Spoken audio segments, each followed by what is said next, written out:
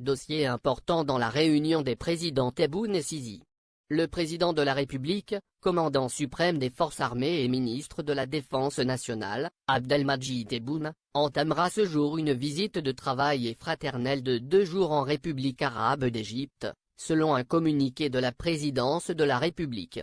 De l'avis des observateurs, il est probable que les présidents Tebboune et Sisi aborderont, lors de leur rencontre et de leur discussion, de nombreux dossiers importants d'intérêt commun, notamment la préparation du sommet arabe en Algérie, la question palestinienne, la crise libyenne, la situation régionale, ainsi que l'action arabe commune, en plus des relations bilatérales, du partenariat et de la coopération entre les 2 pays frères, dans divers secteurs et domaines. La visite du président de la République au Caire intervient après celle effectuée il y a une semaine par le ministre des Affaires étrangères et de la communauté nationale à l'étranger, Ramtan Lamamra, lorsqu'il a été reçu par le président égyptien, Abdel Fattah el-Sisi, qui lui a remis un message écrit du président Tebboune, qui a passé en revue l'ensemble des relations bilatérales historiques. Les 2 pays ont évoqué les conditions qui prévalent sur la scène arabe, notamment la question palestinienne et la crise libyenne, et le rôle confié aux 2 pays dans la promotion de l'action arabe commune ainsi que de défendre les valeurs et les principes de l'Union africaine.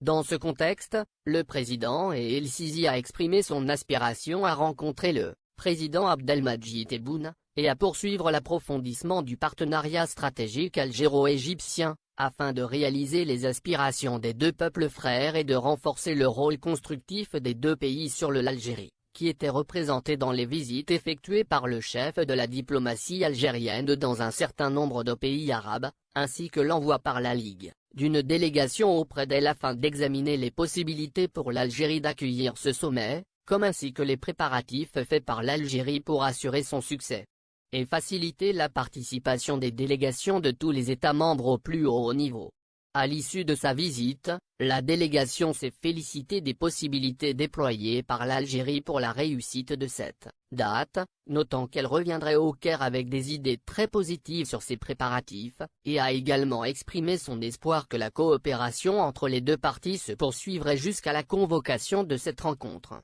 L'événement, d'autant plus qu'il coïncide avec l'année du 60e anniversaire de l'indépendance de l'Algérie. Le ministre Lamamra avait révélé avant-hier, lors de sa rencontre avec les ambassadeurs arabes, que le président de la République entend avancer la date de la convocation du sommet arabe, qui conjugue symbolique nationale historique et dimension nationale arabe, démentant ce qui a circulé sur le report de la date du sommet, ajoutant que la date de sa convocation n'était pas du tout fixée. Aucune décision n'a encore été prise. Le ministre a ajouté que cette date, qui devrait être approuvée par le Conseil des ministres arabes lors de sa session ordinaire prévue en mars prochain, à l'initiative de l'Algérie et avec l'appui du secrétariat général de la Ligue, permettrait d'achever les travaux de fond et une série de processus préparatoires de fond, permettant d'obtenir des résultats politiques qui renforcent la crédibilité et l'efficacité de l'action arabe commune. La visite du président de la République, Abdelmadjid Tebboune, en Égypte sœur, est la 2e visite du genre dans une période similaire, alors qu'il s'était rendu en Tunisie et avait discuté avec le président Kais Saied de nombreux dossiers. Ministre congolais des Sports: nous ne voulons pas rabaisser l'adversaire, mais les Marocains devraient nous excuser, car cela fait 49 ans que nous avons accédé à la Coupe du Monde. Le ministre congolais des Sports appelle les joueurs de son pays à ne pas sous-estimer l'adversaire et demande aux Marocains de s'excuser car cela fait 49 ans que les Panthères sont montés en Coupe du Monde. Le ministre congolais des Sports et du Spectacle, Denise Campet, a continué à attiser la polémique avec ses déclarations au sujet d'affronter l'équipe nationale marocaine, dans le tour final des éliminatoires africains pour la Coupe du Monde Qatar 2022, appelant les Congolais à ne pas sous-estimer l'adversaire. Le ministre congolais a tenté de provoquer les Marocains avant de les rencontrer en mars suivant. Il a déclaré dans un communiqué de presse: nous voulions affronter le Maroc parce que nous avons joué contre lui en 1973 avant d'aller au mondial l'année suivante. Match aller, 3-0, avant de déclarer forfait au match retour. Denise a ajouté dans la suite du site congolais Léopards Actu: nous ne voulons pas rabaisser l'adversaire. Nous respectons toutes les équipes qualifiées pour cette étape, mais les Marocains doivent nous excuser. Il a conclu son discours en déclarant « Cela fait 49 ans que nous avons accédé à la Coupe du Monde et c'est l'occasion idéale de le répéter ». Il est à noter que la Fédération congolaise de football s'est empressée d'annoncer que le Maroc accueillera le match aller dans la capitale, Kinshasa, le 21 mars. Le match retour devant se dérouler dans le Royaume une semaine plus tard. Match Algérie, Cameroun. Sadane livre son analyse. Tôt éliminés de la Coupe d'Afrique des Nations 2021 au Cameroun, les protégés de Djamel Belmadi auront une deuxième chance afin de revenir en force et prouver au monde entier leur haute performance.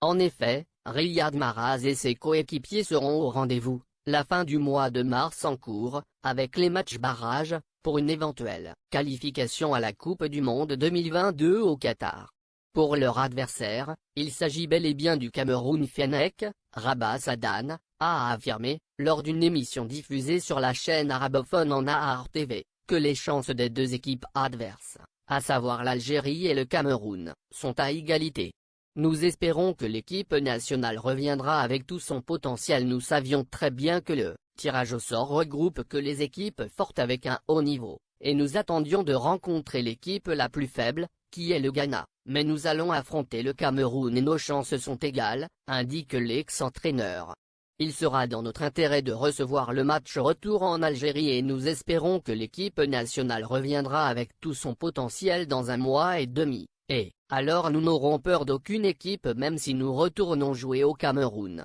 a-t-il ajouté. Par ailleurs, l'ancien international algérien, Antar Yahya, n'a pas manqué de livrer son commentaire quant à ce tirage au sort, où il a publié sur son compte Twitter officiel Coupe du Monde 2022, « Rien n'est impossible pour l'Algérie, cependant l'heure est à l'analyse juste, mesurée et à la remobilisation de l'ensemble des personnes concernées pour notre seul objectif, hisser haut les couleurs de notre pays et vous en êtes Belaïli rejette une offre de Bordeaux, France. L'international algérien Youssef Belaïli a rejeté une nouvelle offre de la Ligue française, à une semaine seulement de la fin du marché des transferts d'hiver en Europe. Le journal algérien francophone Compétition a indiqué que le père de Youssef Belaïli, qui est son agent, a rejeté une offre du club français de Bordeaux, au motif que ce dernier peine à rester dans le championnat français Ligue 1, une situation qui n'aide pas beaucoup Belaïli, qui cherche une offre mieux techniquement et sportivement, étant donné qu'il ne veut pas risquer de signer pour une équipe qui pourrait se retrouver en deuxième division la saison prochaine.